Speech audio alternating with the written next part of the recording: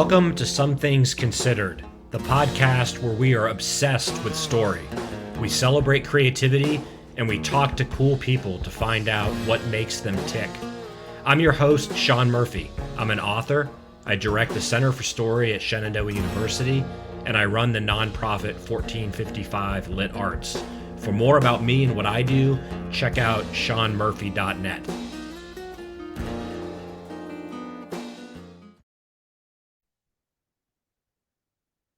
Hey, everybody, welcome back to Some Things Considered. This is the podcast where we are obsessed with creativity. We celebrate storytelling and are always in the market for cool people to talk to and find out what makes them tick. I'm Sean Murphy, and I direct the Center for Story at Shenandoah University.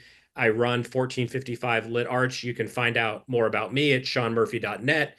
But the funnest part of my job, as I always love to repeat, is having the opportunity and taking every opportunity to talk to amazing people who inform and inspire me. Today is not only no exception. I'm profoundly grateful to be joined by Emma Sarappo. Let me read you her bio and you'll see why I'm so psyched. And I'm hoping a lot of you in the audience are already familiar, especially if you're are fans of The Atlantic, which you should be. Emma is an editor and critic. Currently, she's senior associate editor for The Atlantic, covering books and literary culture. Previously, she was the arts editor at Washington City Paper, my hometown paper, and you can find her work in, among many other outlets, Preservation, Pacific Standard, Washingtonian, The Bitter Southerner, and more. She graduated from Northwestern University with a journalism degree and is from Nashville, Tennessee, and presently lives in Washington, D.C. Emma, I'm grateful for you being here. I'm so excited, as you can tell. Thanks so much for joining me today. Thank you so much for having me, Sean. I'm so excited. Yay! Well, I mean, let's just get right into the reason that I followed your work. I can say like I've got the card. I don't know about lifelong, but I've been a subscriber to the Atlantic for a long time, so I'm very familiar with you. But there are two pieces that you've been involved in this past year and helped curate and write. I say we jump right into it. I'll just say, as way of introduction, I just recently spoke to Ed Simon, who had an amazing piece in LitHub about the Great American Novel, which we agreed you have to do this, but the Great American Novel, not necessarily as what is it, but rather why do we talk about these things? And I know that's right in your wheelhouse. So I would just say, for starters, those are two huge projects right from the get-go. We're going to generate eyeballs, controversy, questions. How does a package like that come together, and how did you feel being involved in those? Yeah, so I was pretty involved in putting together the Atlantic's list of the Great American Novels. I understand why I also kind of feel this way, the Great American Novels, and the best poetry collections of the 21st century. And there's, part of it was wanting to take a big swing at, as you say, something that gets so much play and so much discussion, like what makes a great American novel? Why do we get to, how do we define that? What makes the list? And do we feel confident in our ability to make like something that will stand up for a long time? I mean, I think that we did, but uh, starting like institutionally, part of it is that The Atlantic is a very old magazine founded in 1857 and has been a big part of American literature. And so we feel like we should be shaping the conversation in some ways, or at least attempting to influence it. And that's been interesting too. Like that, I think especially influences why we're so focused on American literature.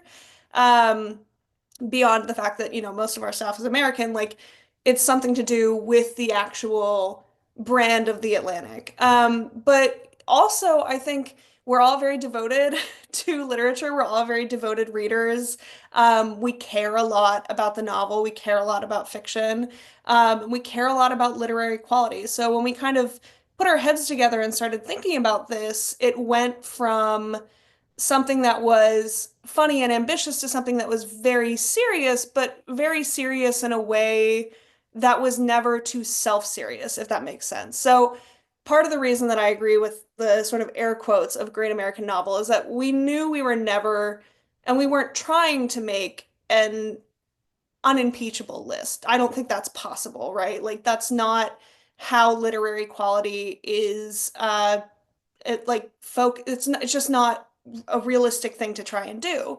But what is realistic is to try and make a list that feels broad in its tastes, holistic in the things that it includes, surprising. That was a big thing and that's a big thing we care about in our service generally is like not conforming too closely to received wisdom about like what is a canonical work. Leaving open room for idiosyncratic choices or for interesting picks, as long as you can argue for them. And we were really interested in sort of creating a list that would spark a lot of discussion. We got a lot of discussion. That was really one of the best parts is to see like people who feel people who feel happy or sad or angry or excited about what we've chosen. My own colleagues would come up to me and tell me about the books that we thought that we'd missed, or less so books that they felt didn't belong on there. Um, and I think, and I'm starting to ramble a bit, but I think the most exciting project for part of the project for me was trying to really combat a recency bias in myself and in our, like my staff generally and my colleagues.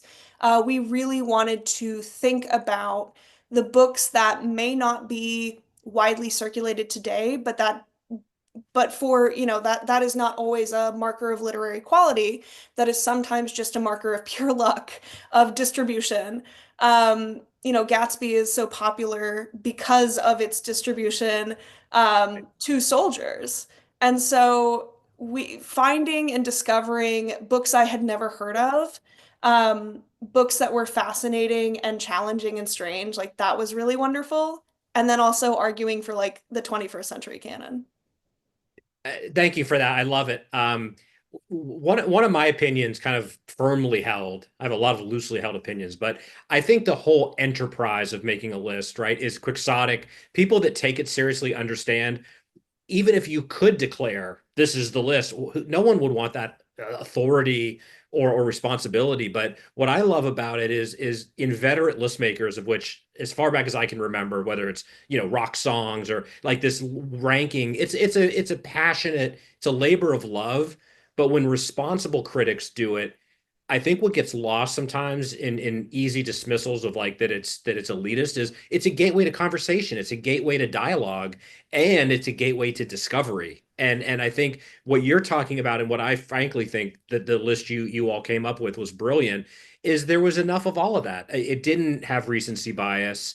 It didn't exclude the obvious just for the sake of being hip, but it also threw some I wouldn't even say curveballs because that sounds like damning with faint praise, but not typically discussed works. And the other thing I think, which is wonderful, and I do think it's a more 21st century phenomenon.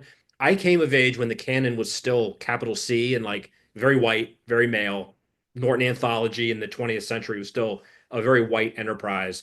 But I love the idea that these types of discussions means that the canon is always a work in progress. So it's liberating to me to think about a list like this and say, what didn't make it? And it's up to the individual to make a case for why a certain book didn't make it, or the individual to reiterate why some of these works endure. And it's not because everyone gets told to read them, because I would argue that's the worst way to have people fall in love with a book because they're assigned it. So curious if any of that resonates with you, but I got to imagine it's not a tough proposition to say those of us that do this do it mostly because we can't get enough of it. Absolutely. I feel that way. And I also think it was such a fascinating opportunity to connect with a bunch of other critics and professors and people across our newsroom. We talk a little bit about this at the top of the project if you've read it, but we polled like dozens and dozens of people and asked them, please tell us, like, what are your top five? And some people interpreted that as a measure of straight quality. What are the best five American novels? Right. Some people interpreted that as a bid for like expanding the canon, as you mentioned, and put in five novels that we'd never heard of. Some people sort of did a mix of both, of treasured favorites and books that they felt like it would be incomplete without. And so that was really fantastic, just getting to like dialogue with them and then to argue amongst themselves because it's argue amongst myself with my colleagues because it's not a straight poll of who said what. There were some obvious and clear favorites. I think Invisible Man maybe won the tally like by far. But we never felt sort of beholden to popularity or popularism, like you said, or even just sort of the idea that we've all read this because we've all been told to read this. I'm pretty sure a notable omission, for example, is To Kill a Mockingbird. And not even necessarily because of its controversy in recent years, but just because we genuinely didn't feel like we wanted to include it. We wanted to feel free to not include it. That also kind of shows up in the number of books on the list. There's 136, which is not a predetermined number. That was simply the number of books that we ended up agreeing on. And we felt like, what is the point of knocking off one or knocking off 16 to make this number seem prettier? Like, let's just go with what we have. And that was really lovely too, to have that kind of flexibility and freedom. Yeah, I mean, it's so funny because I mean, of course, I read it when it came out. I've reread it, and then of course, for preparing for this conversation, I've revisited it. And you can tell that I'm a geek for this because I'm like, God, you guys did so much. It's such a short list, and just hearing you say 136, like that's not short, but that proves the scope. And we're just talking American, and we're just talking 20th. Again, to me, that's the good stuff. Like we have so many riches and if the project, whatever a project of this sort is doing, is mostly celebrating and expanding the culture, expanding the possibility of turning people on to things they missed the first time or should have read, what's not to love? But I'd love to get in the weeds a little bit. Were there a book or two that genuinely, like, so To Kill a Mockingbird, very interesting to hear that. Were there some others either for or against that you were like, huh, or look back and go, kind of surprised that one didn't make it?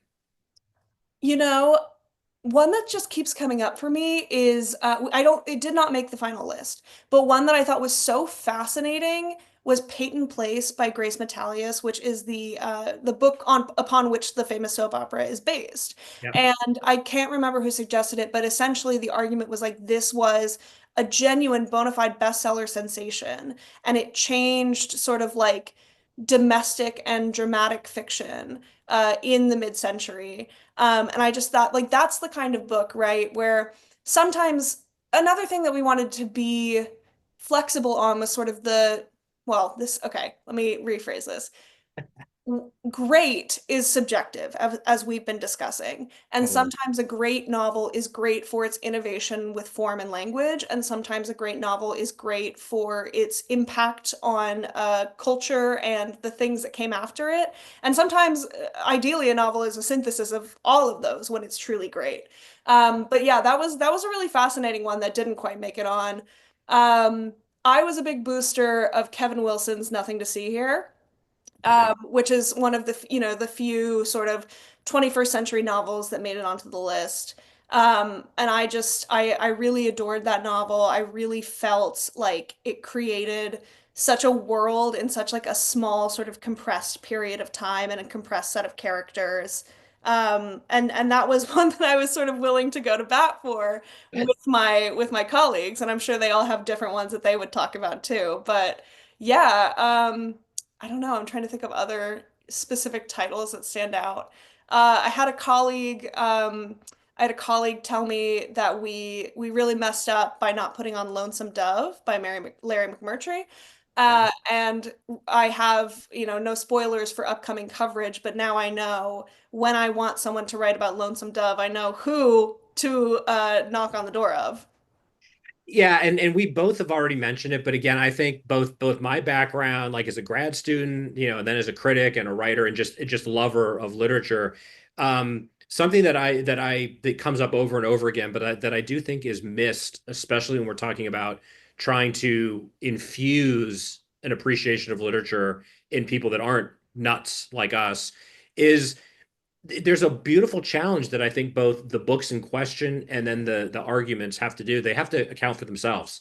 So again, I find it liberating and just exhilarating that you theoretically could pick any book.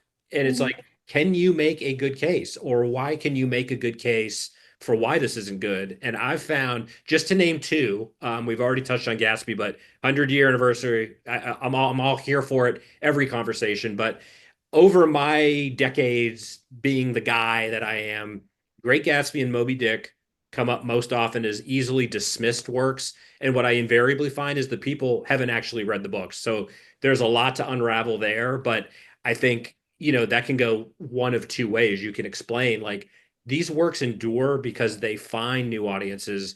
And that's an interesting way to define, yep, timeless, because it's like, what does timeless mean? And it's like, there are books that were incredibly influential or very popular at the time they were written, but for a variety of reasons, and I think this is always germane to contemporary writers and MFAs and just people writing, you want to be a little careful about making your book too of its moment so that it resonates on a kind of a cheap level because it's not going to age well. And I know I don't presume that most writers are imagining posterity when they're writing their first novel, but I do think that there's a good reason why a book that we call timeless is considered such, and it's in part because it both transcends when it was written, but it can somehow speak to a current event. And I've recently written a long piece about the Gatsby, saying you could make a case, and I do, that it's as relevant now as it's ever been. Really? No, I completely feel that. And I will also go ahead and out myself as someone who has not read Moby Dick in full. And I will say that was actually many Facebook comments said, "Where is Moby Dick?" The answer is that the list begins in 1925 because surveying the 100-year limitation was actually very interesting because I talked a little bit about wanting to avoid recency bias, and I also really wanted to avoid um, going back to like speaking beyond the bounds of our expertise, right? Yeah. So 100 years felt like a good constraint to make a good list. Yeah. There is a genuine sort of historical moment in which the novel is becoming modern at this point. And we wanted to be able to speak confidently and not just rely on bestsellers from, for example, the 19th century. Because even if you look at the 20th century, even if you look 40 years ago, the books that were most popular are frequently not the books that are still in the conversation. So, but yes, with Gatsby, especially with the 100th anniversary, if someone listening has not read Gatsby, it's very short. So I think that you should give it a shot. Um, yeah. Yeah, and I'll just let me be clear. I totally agree. Again, I bet it was very challenging even to just do 100 years, but you start getting longer than that for the purpose of any list, and I think it can become unwieldy, and it starts to be a little apples and oranges because I think even if we're talking about great American novels, the definition of a great American novel in the 19th century versus the 21st, it's almost like two different sensibilities, even though the strengths and the written word that's consistent through time and Yeah. language. But I agree that with the editorial decision, if anything, I would imagine 100 years to me that would give me like panic attacks trying to pack in, to cover that much ground. Again, we did sort of we wanted to reach out to experts. There were definitely moments where we sort of looked at the mix of decades and we were like, okay, we let's really do some work and see like what was popular in the 30s, like what was important then. And then from there, when you have sort of a long list like that, then we can make sort of quality judgments. And asking, especially like scholars of the American novel and of the period, like, hey, what should we be looking at? What should we be reading? Yeah, and I have to say, I'm so delighted to hear that, and I'm not surprised, but I'm delighted that Invisible Man by Ralph Ellison was seemingly the consensus choice because, if pushed, I usually name Gatsby, and I tried to defend it, and also, who care? Like, it doesn't matter whether that is it, but I've got no problems generally making a case. I love Moby Dick, but I mean, if I was forced to choose an alternate, Invisible Man would be on my very very short list, and in American history, not just 20th century. But uh, Yeah. that book certainly changed my life when I first encountered it. And I guess I would say, as much as it excites me and thrills me to hear that, I also find that that's a book that I don't feel enough people have read, even within our critical orbit. Like I don't hear that book come up often enough. Yeah. Yeah, I totally hear you. Um, I'm trying to think of some others. Morrison was very actually Morrison is the only author on the list with I believe three selections. Okay. And again, that was sort of it was both arbitrary and not arbitrary because yes, we tried very hard to like not duplicate needlessly. Like if an author had two books highly ranked, we would sort of look at them and say like which of these really is the one that is not just their best work, but like their most defining work as an author. I mean, you'll see Colson Whitehead. I think we have The Intuitionist on there, which is a great book, by the way.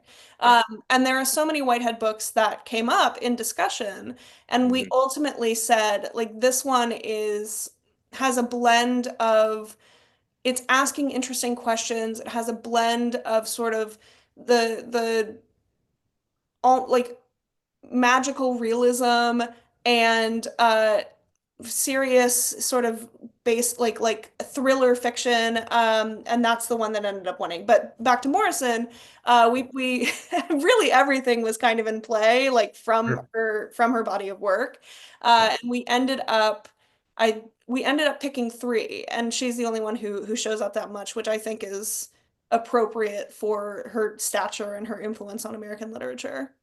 Yeah, and look, I mean, I think if there is going to be, and I won't put words in anyone's mouth. I didn't come off that you guys did this, but if there's going to be an overrepresentation circa 2024, 25, having African American women, having women, having non-whites, that's fine. But I think the other problem, and I see this more with music, and it's fine because I think some of it you're trying to resonate with your current audience, like in Rolling Stone or whatever. But when I see some of the list of like 100 best albums, and it's like 70 of them are from the last 10 years. It's like, seriously, guys. But again, it's a great conversation starter. And those lists, I think those editors are even laughing, thinking this is going to get all the old, all the old nerds fired up. So there's really no downside other than and I know, right? It's like the stakes are so small philosophically, like the more we agonize over them. So just to get something like that over the finish line is wonderful. And you mentioned it, but I want to acknowledge and celebrate. You said you got a good response to that, which makes me very happy. Talk a little bit about the general feedback. Was it what we'd expect, like passionate agreement, visceral disagreement, or did you get some good jobs? No, it was a lot of like discussion. I mean, I it was hard almost to track its social impact and to sort of like follow it across the web.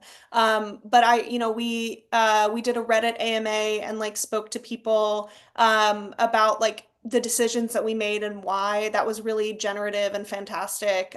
We did some live events in New York and DC, and the crowd was just like had great questions, really wanted to hear about like why this, not that. But also like honestly, fewer people would sort of they would post the list and they would preach about like X or Y book that they believed Yeah. also it deserved mention, but we got less direct sort of like fighting back about like one title or another than I I guess not. I'm happy to, have those conversations, but I Yeah. really was glad to see the reaction sort of stay in the realm of like the aims of the list and to discuss like whether or not this is like a worthwhile thing to try and do and to discuss like what it means to make a canon like this.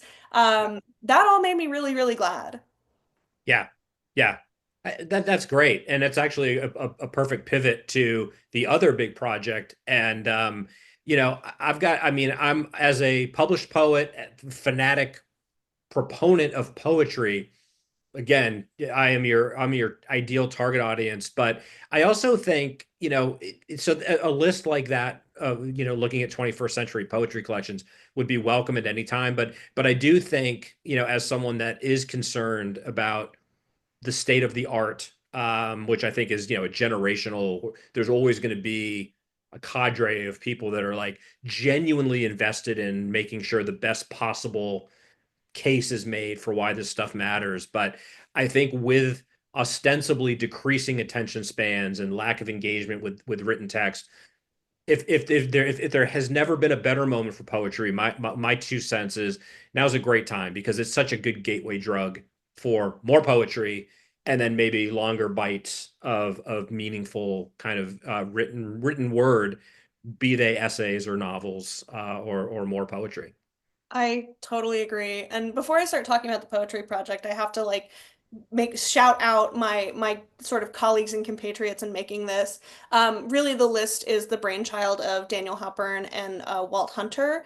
And Dan is well known as a poet and a publisher, and Walt is our contributing editor for poetry. And they were really like the people who sort of sat down and put this together again as sort of a beginning with a jury and then narrowing the field from there. But what I really love about this list is that the selections that they landed on are not just, not just great, but specifically like consequential. Like the poetry collections that have shaped the form most in this modern era. It's very strange to be like looking at 2025 because sometimes I'm like, that is not a real year.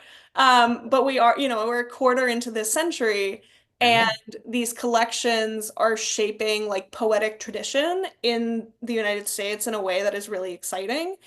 And I think that's another thing that's really lovely about this list is that it is a wonderful sort of on-ramp to poetry for people who don't read a lot of poetry because these collections are frankly like not what most people are used to or what they think of when Yeah. it comes, even the ones that are written in meter, even the ones that are specifically taking on a tradition. I think there, for example, there's two collections of sonnets.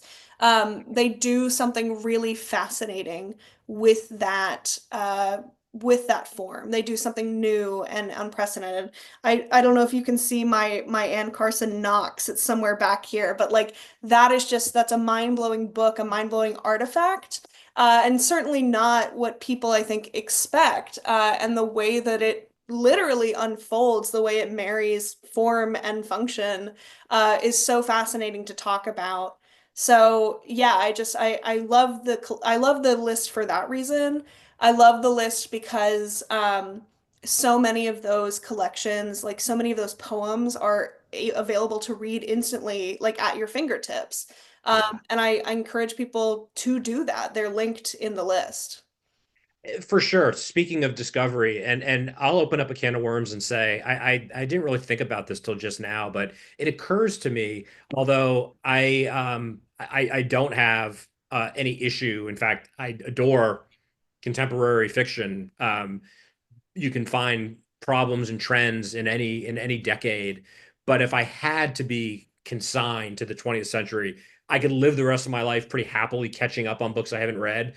But as it relates to poetry, and this again could be a me thing or it could be very typical, I don't know, but I have to have contemporary poetry. And the more old poetry I read, a lot of it does seem dated. It doesn't, for me, translate, doesn't have the visceral effect. Even stuff that's talking about a lot of the same topics. So it's not a trend issue, but I think it speaks to what gets me so excited about poetry is we truly are hearing a series of voices in dialogue with each other that do represent the absolute essence of like American democracy and the whole kind of melting pot, which can be so easily misunderstood or unfortunately derided. But you look at contemporary poetry and you're getting everything, and it's so much greater than the sum of its parts. I really agree with that. Yeah, and I think that, because form is so important to poetry, because voice is so important to poetry, in a way that, it's dynamic, in a way that a lot of prose is frequently not, or just it has different aims, right? Like so reading a canon of poetry, I really agree with that. Like it's hard to limit yourself just to one place or another. Also because you can see the way that things evolve over time. The leaps, the generations, I suppose, are so much shorter. You can see the sort of like conceptual leaps go years to years to years. So when you read a novel from 20 years ago or more, like 30 years ago outside of our scope, it Yeah. may feel more in conversation with something modern than something 30 years ago in poetry does today. Yeah, yeah, totally. And I will say for whatever, like There's also, I think, we talk about expanding, revising the canon. I mean, it's like again, I truly don't know any other than like thinking back to when I was in grad school and I had some old school, mostly male teachers, but I don't think I've ever encountered anyone that's not all for that. Yeah. But it's still we've got a lot of work to do to make sure everyone understands that it's not a white male thing. But I'll just say and just put it out there, like I've offered this opinion before, but I mean, you talk about a form where, if anything, the women kick men's asses. If you said to me like, "What poetry gets you most excited?" I would have no hesitation saying, if I had to limit my choices, I need contemporary women poets, and I'll be good because it's just better. I mean, I'm saying that to be a little provocative, but like, I just want to put my cards on the table and say Yeah. poetry is having no issues in that the novel has historically had. Poetry is making a case for itself year by year, and it's very tilted toward our female writers, and God, that couldn't be a better thing. Yeah, I mean the collection of poetry I've loved most that I read in the last couple of years is Maggie Milner's Couplets. I absolutely adored it. I think we put it on the Atlantic 10 the year it came out, which is our best books of the year. But yeah, I mean we certainly think about diversity in these lists, but we think about it also in like a almost completist way. Like if you limit yourself to the canon of white male writers, whether you're looking at the last 25 years or the last 100 years or the last 250 years or whatever, Yeah, you've limited yourself so severely that how can you make any serious claim to evaluate just based on quality? Like, yeah, especially if the definition of an American is so expansive, and if that's something that we care about, like representing and covering the America that actually exists, something that I know my colleagues and I take very seriously, how can you claim to do that without thinking about the different voices, different form, and like diversity is right, not only diversity of gender, diversity of race, diversity of sexuality, but also, as we've talked about a little bit, diversity of decade, of form, of subject, yeah, is something that we really try to think about. Although I will say for the poetry list, a lot of these collections, as I think a lot of poetry does, a lot of these collections think a lot about death. But they do so in many different ways and like yeah. many sort of like I, for example, I blurbed, I guess they're unsigned blurbed, but I wrote about Anne Carson's Knox and I wrote about Tracy K. Smith's Life on Mars, both of which deal in large part with the death of a family member. Um, but I can't even describe how different they are, how different even the circumstances are. Anne Carson's book is largely about not quite knowing her brother as an adult, not quite being able to reach him across a wide gulf of distance and time, and now this gulf of death. And then Tracy Smith's is about her father, who she knew quite well and like felt very close to, and for whom the collection is very much dedicated, right, to think of these sci-fi themes in large part because he was an engineer focused on space. Yeah, yeah. That's so great.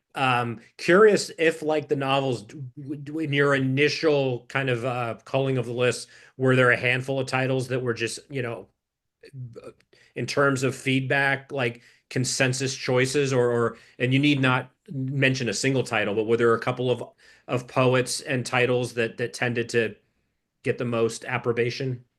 I think so. I mean, Walt and Dan would know better than me, but I really think that Citizen sort of like took the cake for people. And you'll see, like, actually, the poetry list is a ranked list in sort of a subtle way, but it is. It's a ranked list that goes from 25 to 1.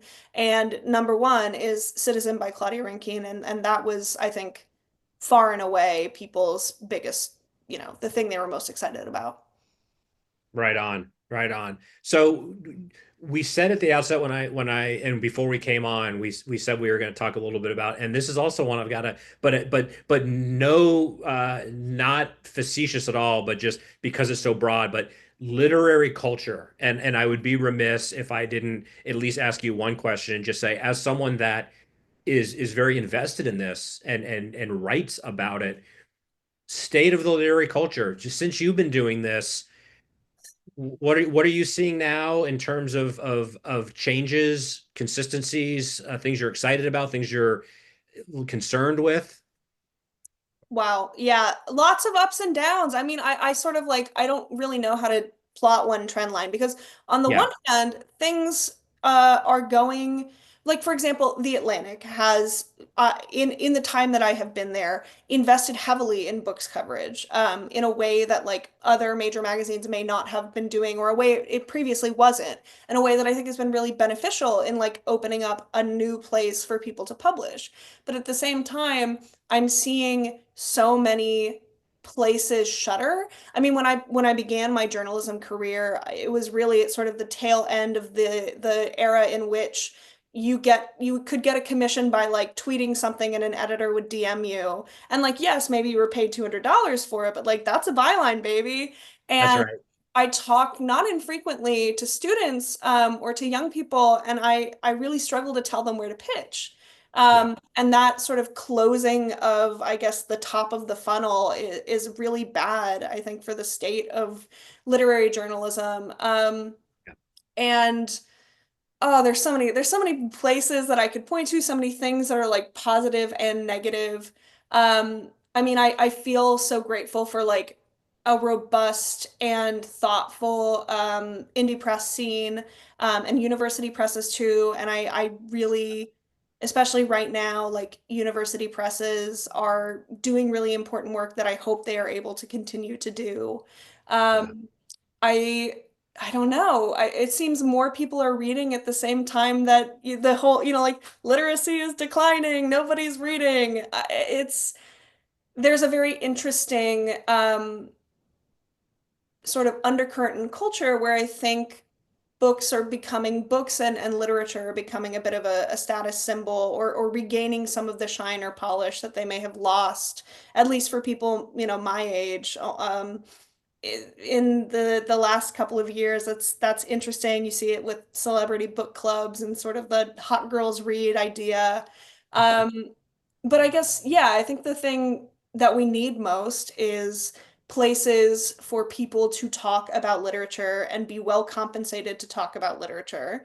And it makes me nervous to see that sort of collapsing or getting smaller over time.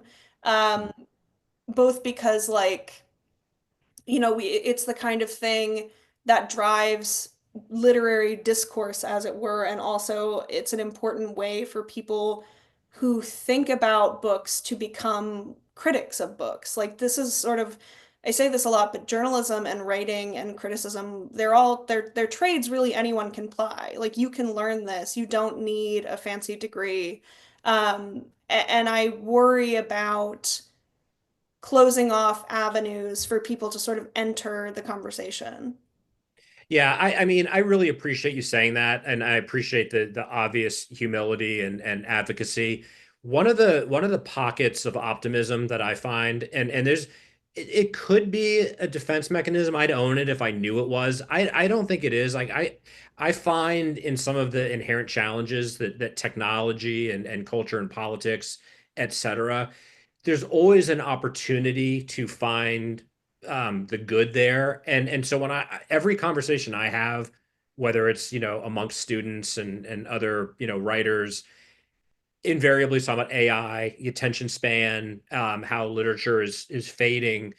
I think the more AI, the more, our personal devices, I think there's an inevitable and very welcome return for a desire for authenticity. And that's where poetry and novels, not to mention movies and music, live performance, good journalism, these things tend to matter more. So I'm still kind of cultivating my thought because no one's asking for it. And it's early in our new president's tenure, but I feel like there's a trend line where both politically and culturally, when we take things for granted or are just not on our A game, we take certain things for granted and then are reminded. And I think America has a resiliency where there is a real desire for authenticity and art and a support of the arts. And people have to realize, unfortunately, I think it has to come down to, if I'm not going to make a difference, no one is, and it's that maybe motivates people to get involved. But I'm still fairly bullish on the state of the industry and the opportunity that we can kind of carve out of this weird moment. Yeah, I mean, there are so many opportunities. I mean, I see criticism changing in ways that are positive too. You know, are a lot of really incredibly smart critics who primarily post on Substack. There are a lot of, and other email clients, of course, not just Substack. I shouldn't use that as like, it shouldn't Kleenex the newsletter industry. Sure, sure. Um, there are so many people I see a lot of on TikTok actually. I try and spend a little less time on TikTok than I currently do. But there are genuinely robust sort of micro pockets in different places on the internet. And like now this is how I know I'm getting old because I'm like, I don't even know where some of them are. But you see people like I think people want to read and to read good stuff, basically, whether that is fiction or nonfiction, whether that is journalism or criticism or a long novel. People have an innate desire for art and for beauty, and that shows up in different ways for different human beings. But, you know, I strongly believe that there is a wide audience for smart, well edited, you know, writing that tries to be intelligent, that tries to sparkle. I mean, I that's why kind of why I work where I do. I Oh, think that's something we care a lot about. oh yeah, absolutely. And I try not to repeat myself through the different podcasts, but one of my kind of mantras is, look, it's always been tough to be a fan, much less critic of the arts, or heaven forbid, trying to make a living in the arts. That's always been the case. It could be argued that it's getting even more difficult. But one of the things, especially when I speak to younger audiences, and I hasten to point out, is there's a lot of competition, but in the old paradigm, certain authors, and look, we're talking about white males again, if you got in the door, there was a very good chance you could make a comfortable living, but that was at the expense of so many unrecognized, underserved voices. And at least now there is this cacophony, right, of content. And no one's going to argue that, but it's never been easier for anyone, a humble blogger, Substacker, or an established voice, like a Paul Krugman, leaving the New York Times and saying, I've built a brand. I'm going to bring it directly to the people. Again, I just find a lot of opportunity there, but the possibility of having your voice heard and having it enshrined digitally is almost like utopia for a kid that grew up in the 20th century where, it was a cliche, but it was also the reality that some writers died with their manuscripts in their drawer, and those manuscripts deserve to be recognized. Yeah, yeah, there's a lot of opportunity there, and I think it will continue, you know, like I think generally, and I've always kind of felt this way, especially I think I grew up in sort of a golden age of being a kid on the internet, but like Hmm. I generally think that it is a good thing to have these democratizing platforms. I mean, I don't want to give them undue credit and say they're democratizing when they're not, Right. but the technology to communicate with people across the world is, I think, like a really fantastic thing for people everywhere. Yeah, and I think the other thing, and I'm glad to have this opportunity to tell you, as a representative from the Atlantic, that I think they're like the lists we're talking about. There doesn't need to be one answer. I think we're talking about these myriad opportunities, which on balance, it's just getting content out there and then people can sort it and curate it. But I also think all this AI, social media, yada yada, like, reality TV, it's almost been this impetus for proud organizations like the Atlantic to elevate their game. And I mean, I feel comfortable saying this. I just don't want to sound pretentious, but again, I've read the Atlantic for a long time, but I feel like it's better than it's ever been. And yes, it's a response to circumstances, but it's also just, I think, obviously, it's just a reflection of how seriously people are taking this. And you can go to a spot like the Atlantic and be very abreast of politics, culture, current events, entertainment, sports, etc. But that's proof right there that this is important, that there's people willing to pay for it, and that the democratization can work both ways. It should be more inclusive. It should never be exclusive or unattainable, but there should be a premium on people that are very good at what they do, and are affording exposure to beautiful things. Yeah, I mean, I'm flattered to hear that, but I think it is genuinely, a major goal is to be better than last year and better than the year before. And when you have such a long history to sort of look up to, like Yeah. the sky's kind of the limit. I really, I have to give credit to my editors and my bosses because we really do want to be excellent. We really think that we have the capacity to be excellent. And that includes a lot of rigorous editing and a lot of like long discussions that I think makes the work better. It's literally what I tell people, I have never been edited like this in my career, and I genuinely think it makes the work better. I have been on both sides of the coin, right? Like I have worked sort of semi-autonomously, and the growth and the ability to sort of like sharpen my ideas by bouncing them off other people is I'll always take that. Yeah, and I mean, what more common impulse do we have as writers and critics to want to get better, to want to read the books that we missed? I think it's those deficiencies that we find in ourselves that drive us to make lists, want to read lists whenever someone else makes them. Um, I'm not done praising the Atlantic. I also kind of want to give a shout out from my very modest platform to say, I also, as much as I 1 zillion% celebrate the democratization, of digital content and the opportunities that affords, I do think we're also in an era where it needs to shake out. And people, especially people that are frightened right now for a million understandable reasons, I hope can increasingly recognize when there are serious people with serious skills putting a lot of time into producing this kind of content, that shouldn't be free. If you can't afford it, try to get it as a gift, etc. But it's not just the work that's being done, which is first rate, but these have become forums for conversation. So you can find communities in the comment section on some of these lists or some of these articles. And I think people are maybe sleeping on officially recognizing what a valuable service for our society that is. And I think the Atlantic is absolutely leading the way in that regard. Yeah, yeah. I mean, I can't. I it costs money to do it costs money because time costs money, and we spend a lot of time.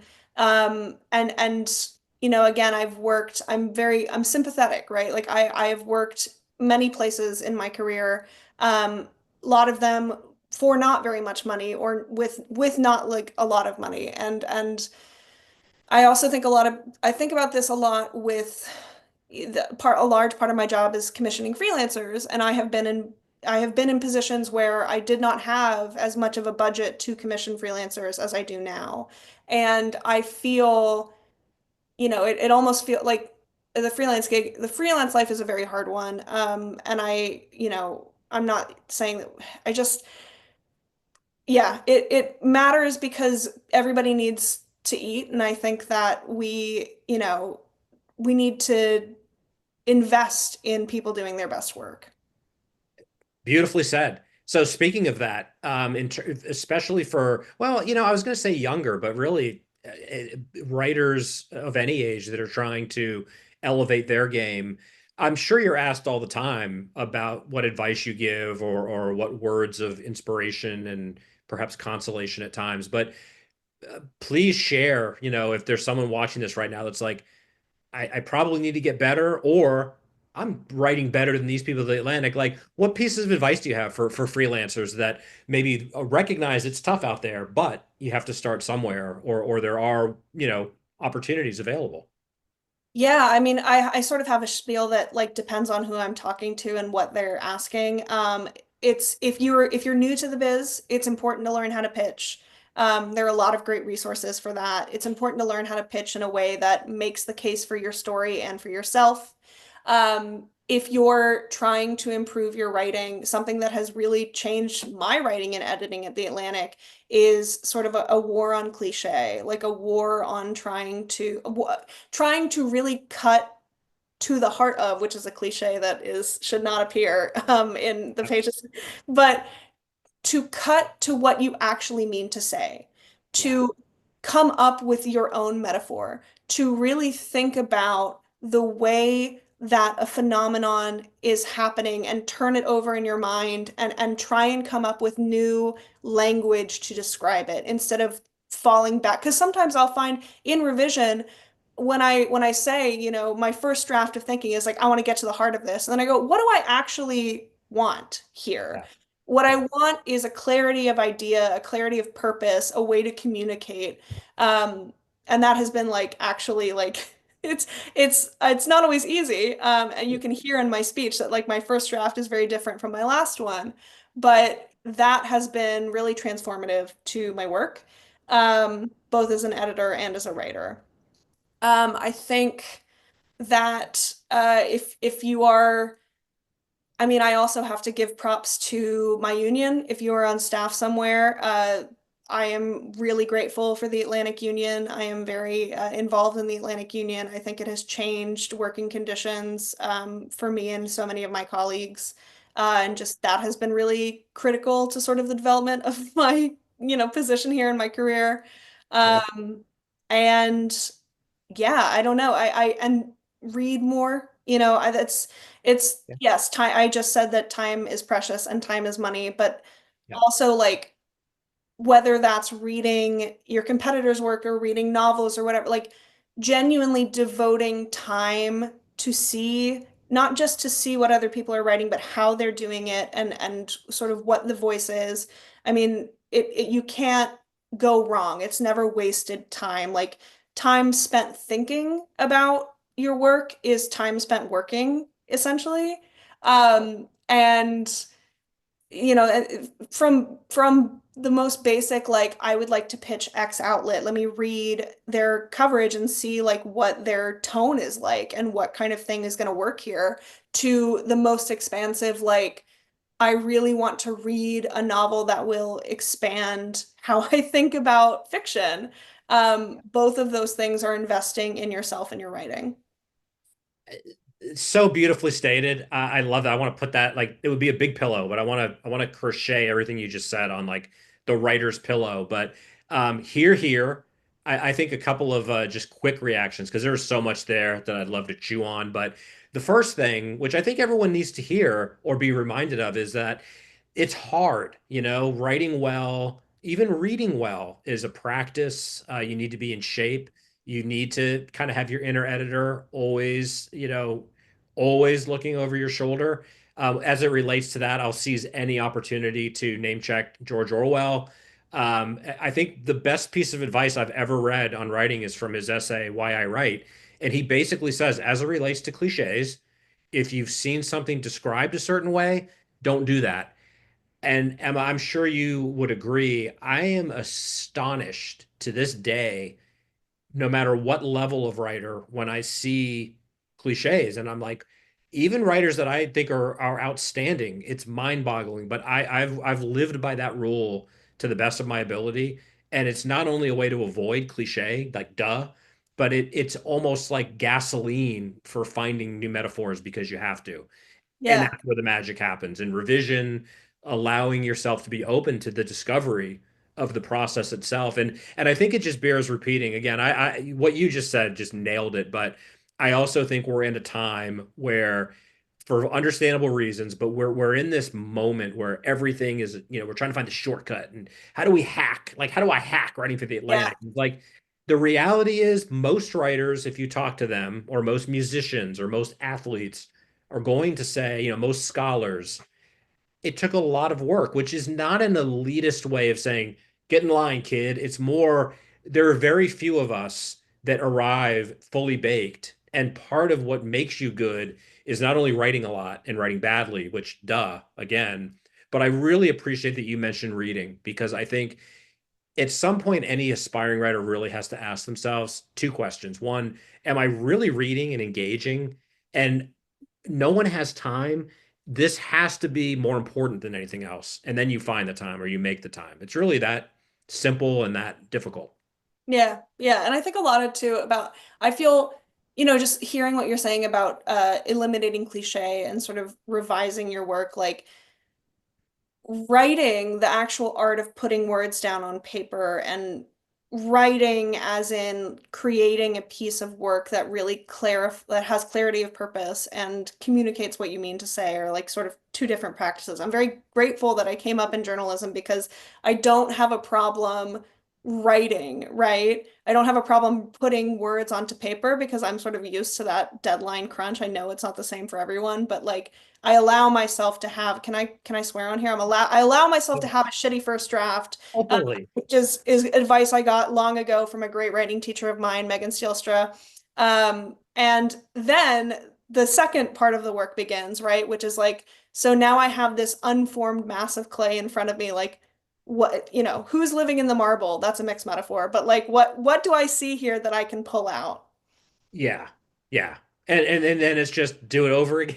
Repeat, refine. It never gets easier, but it gets better. Yes. When Yes. you know that you're invested. So we talked a little bit about craft. I guess my parting shot would be kind of another reminder for anyone listening. Part of what's important right now is if people like the Atlantic writers that you love and admire are putting in the work. Part of being a literary citizen is also putting up and getting a subscription, buying those books, buying another book as a gift for a friend. It's not going to change the world, but for people out there that do feel disempowered right now or feel like, nothing matters, the wealthy are dividing the world. It's like, yeah, it's brutal. But one way to push back in a meaningful way, make an artist's or journalist's life better by supporting their work, you are changing the world when you do that. And it's very easy to do. So that's everything we talked about today leads to that. Like I'm here for it to talk craft and encourage any writer to get involved, pitch, work hard, but also everyone needs the support. And again, I welcome any opportunity to shout that from the rooftop. Yeah, yeah, I totally agree. It's, I can't change everything, but I can change some things. I can care very much about what I do and care very much about what literature means today, and spend a lot, like try and do the best that I can do here. Um and that keeping things like, almost chunking it, keeping it like small and sort of manageable is like that's kind of how you keep sane, right? During crazy making times. So yeah, I totally second what you just said, and pre-order your books. It does make a difference. Yeah. Yeah. Well, Emma, I mean, as expected, we weren't going to run out of things to talk about. If anything, I left a few things on the table, but selfishly, great opportunity to say, come back, let's check in again. We could even make this our semi-annual kind of State of the Union check-in, but there are very few more thoughtful and astute critics that I want to hear from, that I learn from. So I just want to take the opportunity again to thank you for being here, but also thank you for the work you do on behalf of all of us that care about this stuff. And a shout out to your colleagues. Again, I have no qualms mentioning the Atlantic again and saying, like, definitely makes me want to be a better writer, and greatly appreciative during challenging times that we have people willing to fight the good fight and do good things. Thank you so much, and thank you so much for having me. Totally my pleasure. So we'll talk more again. Everybody, thanks for checking out Some Things Considered. This is the podcast where we're obsessed with creativity. We love storytelling. I'm always in the market for interesting people. So if you're that person, let me know. And like we just said, go buy a book, support an artist, get involved, get a subscription to The Atlantic, and stay safe and be sane and be kind. We'll see you soon.